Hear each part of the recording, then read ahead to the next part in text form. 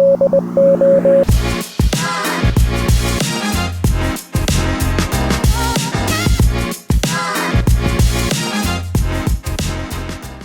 semua, kita bersiaran sekali lagi dalam Hello Podcast yang dibawakan khas oleh Yayasan TM. Antara main pilar Yayasan TM adalah komuniti dan pembangunan negara. Untuk berkongsi tentang inisiatif ini, kami menjemput Datin Azura Ibrahim selaku CEO kepada Red A Humanitarian Development Goal.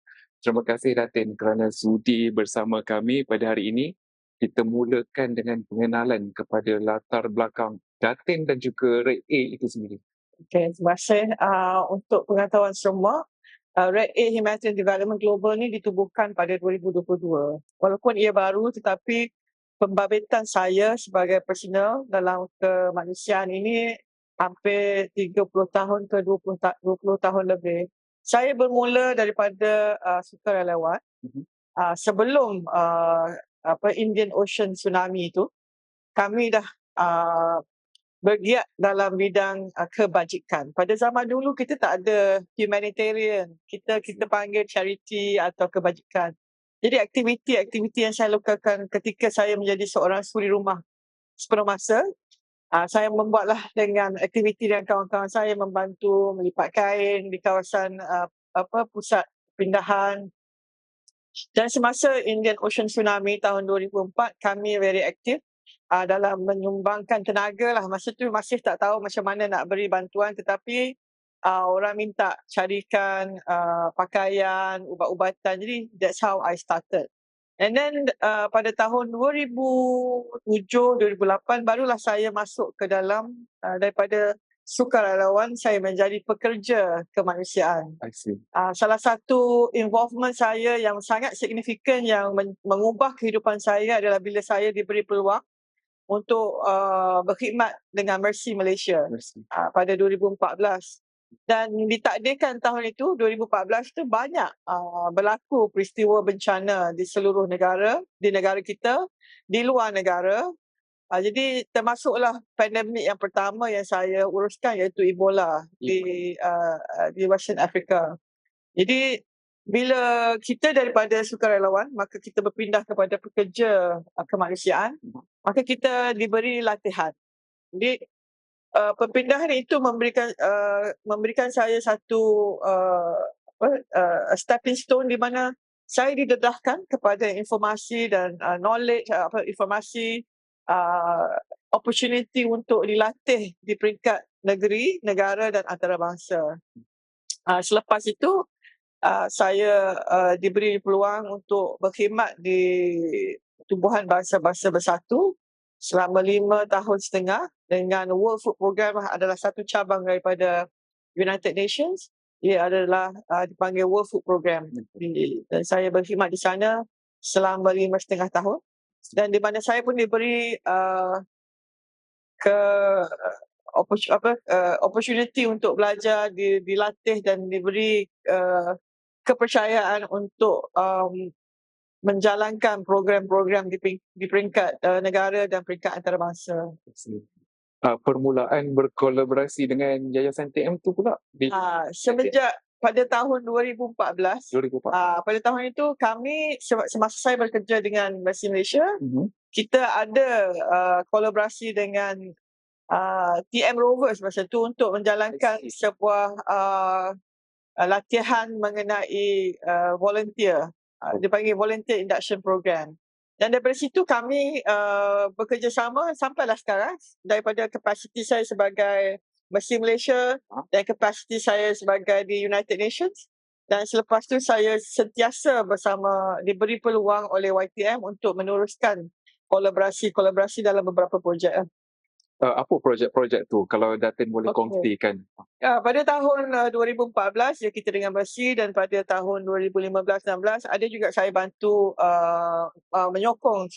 menjadi sokongan kepada TM Rovers untuk menjalankan beberapa latihan air dan latihan keselamatan ketika berada di lapangan ketika menjalankan operasi penyampaian bantuan bencana. Dan yang lebih aktif setelah saya menubuhkan sendiri Red A Humanitarian Development Global, saya sekali lagi berkolaborasi dengan lebih rapat. Kami telah menjalankan beberapa latihan kesiapsiagaan, iaitu Community Disaster Risk Reduction Programs di dua negeri, iaitu di Pahang. Antara di Pahang ialah CBDRM di Karak, di Maran, di PAKR Bukit Rangin. So dan kita ada CBDRM di Terengganu pada tahun 2023 di mana kita menjalankan aktiviti tersebut di tiga kawasan atau tiga kampung, iaitu Lepan Kenjur, saya tak ingatlah ada dua nama lagi kampung tu, dan overall kita penerima manfaat berjumlah seramai 540 orang, dan termasuklah beberapa dalam 140 orang kanak-kanak dalam proses ini.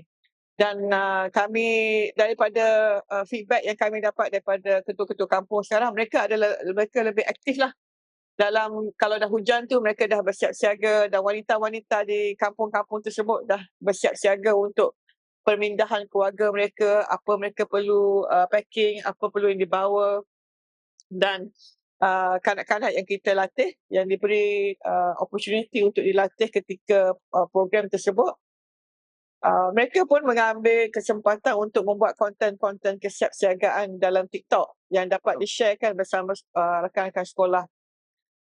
Dan seterusnya ada lagi beberapa latihan yang terbaru yang sangat gegak gempita hari itu adalah dipanggil Randex, Rakan Nakma 2023, di mana kami diberi peluang oleh YTM untuk menjalankan dan menganjurkan latihan untuk rakan-rakan Nakma sebanyak 50 NGO.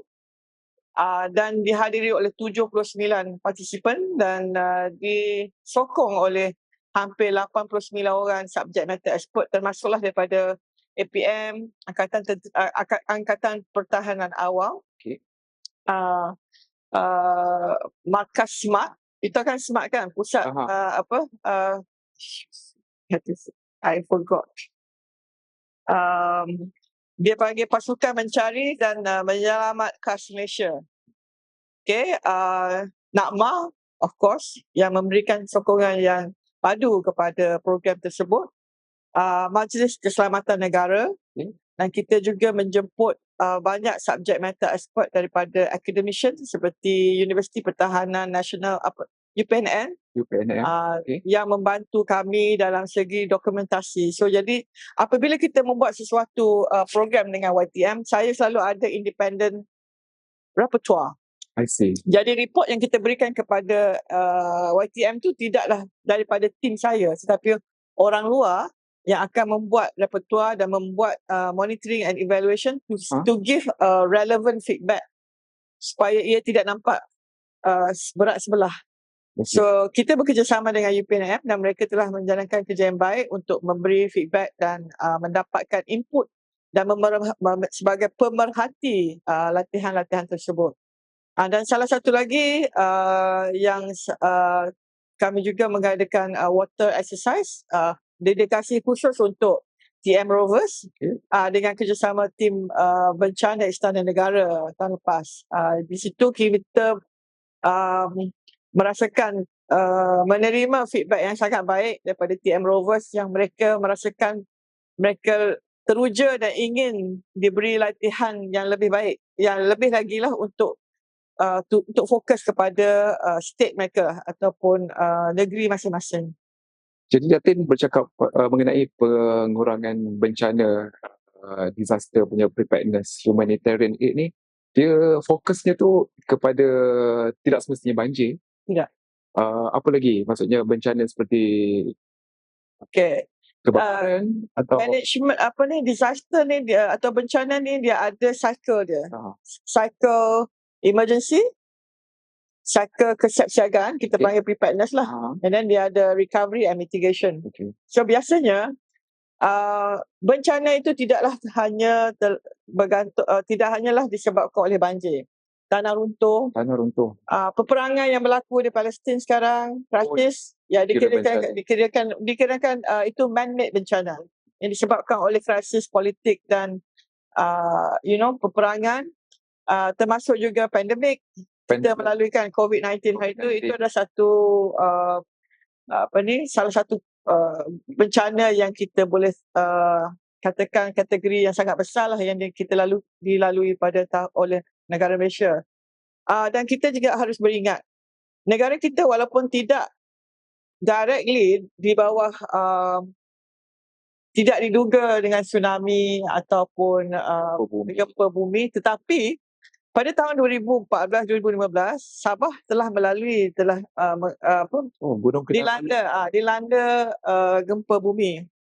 Jadi salah satu aktiviti yang sangat berkesan yang kami insya-Allah akan dilakukan di Sabah adalah untuk mengadakan satu lagi latihan lah insya-Allah untuk mengkoordinasikan, memberi peluang kepada agensi di kerajaan Sabah dan juga NGO dari Semenanjung dan NGO daripada Sabah untuk bekerjasama. So latihan yang kami rancangkan ini mungkin sekiranya berjaya akan memberikan satu impak yang sangat tinggi di mana koordinasi antara NGO dan agensi kerajaan itu menjadi lebih efektif. So kalau kita tengok balik pada 2014, kenapa saya bercerita pasal koordinasi ni? Koordinasi ni penting. Kalau saya tak kenal agensi yang bertugas, saya tidak faham apa tugas agensi itu dan agensi tidak faham apa tugas NGO datang ni. Adakah NGO ini datang untuk mengambil alih tugas saya? Jadi kita familiariskan atau membawa mereka bersama ketika latihan. Di situ mereka akan berkenalan. Bukan saja saya kenal sebagai personal ke personal, tetapi juga saya memahami fungsi Angkatan Pertahanan Awam dan tugas mereka dalam pengurusan bencana sebagai sekretariat di bawah arahan MKN 20, Majlis Keselamatan 20. Dan bagi agensi kerajaan juga, mereka memahami, ini cara NGO ataupun yayasan bekerja. Jadi dia dah familiar. So dalam proses yang kita buat Randex, kita telah organiskan Randex baru ni, dalam itu kita nampak sangat positif impact dia di mana para peserta sekarang dengan kerajaan, agensi kerajaan mereka lebih erat dan sekiranya bencana mereka masing-masing sudah tahu apa yang mereka harus lakukan dan siapa yang harus mereka hubungi. Pada 10 tahun yang dulu, yang masalahnya agensi dan NGO tidak faham fungsi masing-masing dan NGO tidak faham apa fungsi mereka di lapangan. Jadi bila kita memberikan pendedahan itu di mana mereka harus first kena buat assessment. Kena buat assessment lah. Takkan saya nak bagi bantuan sebab saya ada beras saya bagi kat you kan. So kita dalam salah satu sesi ni kita bercerita pasal you must ask people what they want. So relief operation is based on needs. So you have to ask your beneficiary what are the needs. So you tak boleh assume apa keperluan mereka. Jadi dah jadi satu standard di mana NGO di bawah Rakan Akmal bekerjasama. Dan juga sekarang tujuan kita organisekan latihan tersebut adalah salah satunya untuk memberi latihan yang formal kepada bakal partner untuk YTM. Sekiranya NGO tersebut untuk memohon dana kecemasan daripada tabung bantuan GDRN kan, GDRN bantu, mereka telah dilatih. Jadi bukanlah kita orang yang sembarangan boleh datang untuk dapatkan dana. Yang ada NGO tapi mereka tidak faham dari segi reporting, dari segi apa aktiviti yang perlu dilakukan di lapangan. So dengan latihan tersebut, ia merapatkan lagi dan meningkatkan lagi mutu dan kualiti NGO yang akan menjadi partner kepada ataupun rakan implementasi kepada YTM. Yes. Datin, daripada keseluruhan perbincangan kita pada hari ini, secara kesimpulannya impak kepada komuniti itu, apa yang Datin nak highlight kepada penonton? Yang saya nak highlightkan begini. Impact kepada impact kepada apa tadi? Community. Impact kepada komuniti ni, kita lihat dari segi setelah mereka menerima latihan dan guidance daripada kita, bukanlah mereka tu tak tahu, tetapi bila ada latihan tersebut, mereka diberi peluang. Terutamanya wanita dan kanak-kanak. Sedangkan dalam keadaan yang biasa, kebanyakan lelaki lah yang pergi ke mesyuarat, pergi ke menghadiri mesyuarat jawatan kuasa dan so on. Tapi sekali ini ketika latihan kita bersama YTM, kami memberikan penekanan untuk membina keyakinan wanita dan kanak-kanak dan supaya mereka mengambil bahagian dengan lebih aktif dan menjadi salah satu platform di mana suara mereka didengar. Ini adalah ini adalah selari dengan inspirasi Sendai Framework. Sendai Framework ini adalah satu framework di mana satu dunia pakai. Dalam Sendai Framework ini juga kita ada satu lagi framework ini dipanggil Gender Action Plan. So di mana gender ni, GAP ni yang baru launch bulan Mac hari itu oleh United Nations adalah menggariskan supaya wanita dan kanak-kanak diberi peluang untuk bersuara dan menjadi salah satu mekanisme untuk mengurangkan risiko bencana. So kalau kita tengok, kadar kematian ketika bencana adalah wanita. Kedua, sebab wanita ni satu mereka mempunyai kelemahan dan tanggungjawab yang besar. Pertama, kebanyakan mereka tidak education, tak boleh membaca, tidak ada keuangan sebab mereka adalah housewife. Kedua, mereka mempunyai tanggungjawab yang banyak. Menjaga keluarga. Kalau ada keluarga, ada orang sakit, mereka lah yang menjaga. Betul. Ketika bencana, wanita tersebut harus membuat keputusan yang sangat berat. Menyediakan makanan, nak membawa keluar orang yang sakit. Betul. Untuk ke tempat untuk dibawa ke tempat pemindahan yang selamat. Dengan keadaan fizikal wanita yang banyak kekurangan daripada segi strength kan. Orang wanita tak boleh angkat senang. So that's why dalam program kita dengan YTM memang kita tekankan. Ini perbezaan CBDRM YTM dengan CBDRM lain adalah kita tekankan kepada women empowerment dan pembinaan confidence dan leadership kepada wanita dan juga kanak-kanak termasuklah remaja. Dan salah satu aspek yang utama dalam program ini juga kita mendedahkan kepada psychosocial, first aid. Kedua, kita mendedahkan kepada child friendly space. Child friendly space tersebut adalah very unique produk yang YTM ni. Dia dalam training dia semua dia ada CFS di mana kita mengajar komuniti untuk set up kawasan ataupun kawasan selamat untuk kanak-kanak menghabiskan masa lapang mereka ketika mereka berada di pusat pemindahan. Jadi walaupun CFS tu nampaknya permainan saja, tetapi ia dapat distract pemikiran kanak-kanak daripada merasa stres sebab mereka harus keluar daripada rumah mereka. Jadi bila dia ada aktiviti mewarna, ada benda yang menyenangkan mereka, jadi dia mengurangkan stres ibu bapa yang terpaksa tinggal di kawasan di tempat pemindahan. Kalau you kena pindah ke tempat pemindahan, you rasa stres tak? Betul. Jadi aktiviti tu dia divert lah attention dan memberi kerehatan lah kepada ibu bapa. Jadi dia tak payahlah nak layan anak banyak sangat, tapi sudah disediakan aktiviti anak-anak di situ.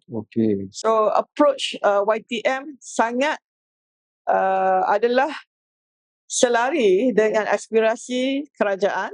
Di mana YTM menjadi salah satu ekosistem yang penting dalam kesiapsiagaan bencana negara dan juga di ASEAN. Sebab apa yang kita lakukan di sini adalah reflektif Malaysia kepada negara ASEAN. Jadi Datin dah menjawab juga soalan peranan YTM tu dalam merealisasikan usaha kerajaan melalui collaboration antara YTM dan juga Red A. Sebelum kita akhiri sesi, apa perancangan masa hadapan Datin dan juga Red A ni bersama Yayasan TM? InsyaAllah sekarang hasil daripada program-program yang lalu, kita lihat NAKMA dan rakan-rakan implementasi lain juga menumpukan banyak usaha untuk menjalankan latihan-latihan pengurangan risiko bencana berasaskan komuniti ini ataupun CBDRM ini. Jadi saya mungkin akan memfokuskan lebih mengikut Gender Action Plan yang dikeluarkan hari itu pada bulan Mac lalu, memfokuskan kepada wanita dan kanak-kanak sebagai pemangkin kesiapsiagaan negara. Jadi mungkin itu yang kita fokuskan. Yang kedua, pembinaan leadership development, humanitarian leadership development. Okay. Sebab leadership dalam humanitarian dan krisis dia berbeza daripada leadership in business. Sebab in business you have to make money. Okay. And you have to have ROI, return of investment, right? But in humanitarian, your customer is the beneficiary, orang yang terkena bencana. Jadi dia bukan adalah customer yang membayar. Bukan, they're not customer yang membayar. They are not paid customer. So they are people who we supposed to serve. Okay. Dan dalam keadaan kepimpinan humanitarian atau kepimpinan krisis, dia berunsur-unsurkan sesuatu yang tidak stable. Jadi kalau dalam bisnes mungkin tidak stable, tetapi dia ada sesuatu yang konkret. Kalau humanitarian dia sentiasa berubah-ubah. Jadi kita nak develop more leaders who will understand and able to make good decision in the future to ensure that the management disaster management agenda in our country will be implemented in the most effective manner. Sebab proses ni kita tak boleh cakap orang tak tahu. Kita tak pernah dengar tsunami kan. Until 2014 baru kita kena tsunami. Kita tak pernah kena banjir. So ini mengambil masa untuk development. Tapi sekarang saya sangat yakin dengan kolaborasi antara YTM, Red A, NACMA dan agensi-agensi kerajaan lain. Kita dah nampak sangat impactful dan insya-Allah kita boleh move forward untuk develop future leaders yang akan mengambil alih dan menerajui agenda pengurangan risiko bencana dan juga kesiapsiagaan insya-Allah. Sempena menyambut bulan kesiapsiagaan nasional tahun ini, saya ingin mengambil kesempatan untuk memberitahu kepada penonton di luar sana supaya merealisasikan budaya kesiapsiagaan ini di rumah dan juga di tempat kerja. Budaya kesiapsiagaan ini adalah amat penting supaya kita dapat memastikan bahawa keluarga kita, diri kita, harta benda kita dapat diselamatkan dan dapat mengurangkan risiko ketika berlaku bencana. Untuk tuan-tuan dan puan-puan di luar sana, bencana ini adalah satu benda yang kita tidak boleh yang kita tidak sangka biasanya yang berlaku. Jadi ambillah sempena bulan kesiapsiagaan ini, ambillah peluang ini untuk mempelajari apakah aktiviti kesiapsiagaan yang boleh kita lakukan di rumah bersama keluarga dan juga dengan komuniti kita atau di tempat kerja kita untuk memastikan kita selamat dalam segi menyelamatkan nyawa diri dan anak-anak dan keluarga kita dan termasuklah harta benda kita. Sekian, terima kasih. Okey, terima kasih Datin. Baiklah penonton, itulah Datin Azura dari Red A Humanitarian Development Goal berbicara mengenai bantuan kemanusiaan dan kesiapsiagaan nasional. Seperti biasa, YTM Hello Podcast akan bersarang lagi bersama tetamu jemputan lain untuk konten-konten yang lebih menarik. Jangan lupa, kita jumpa lagi.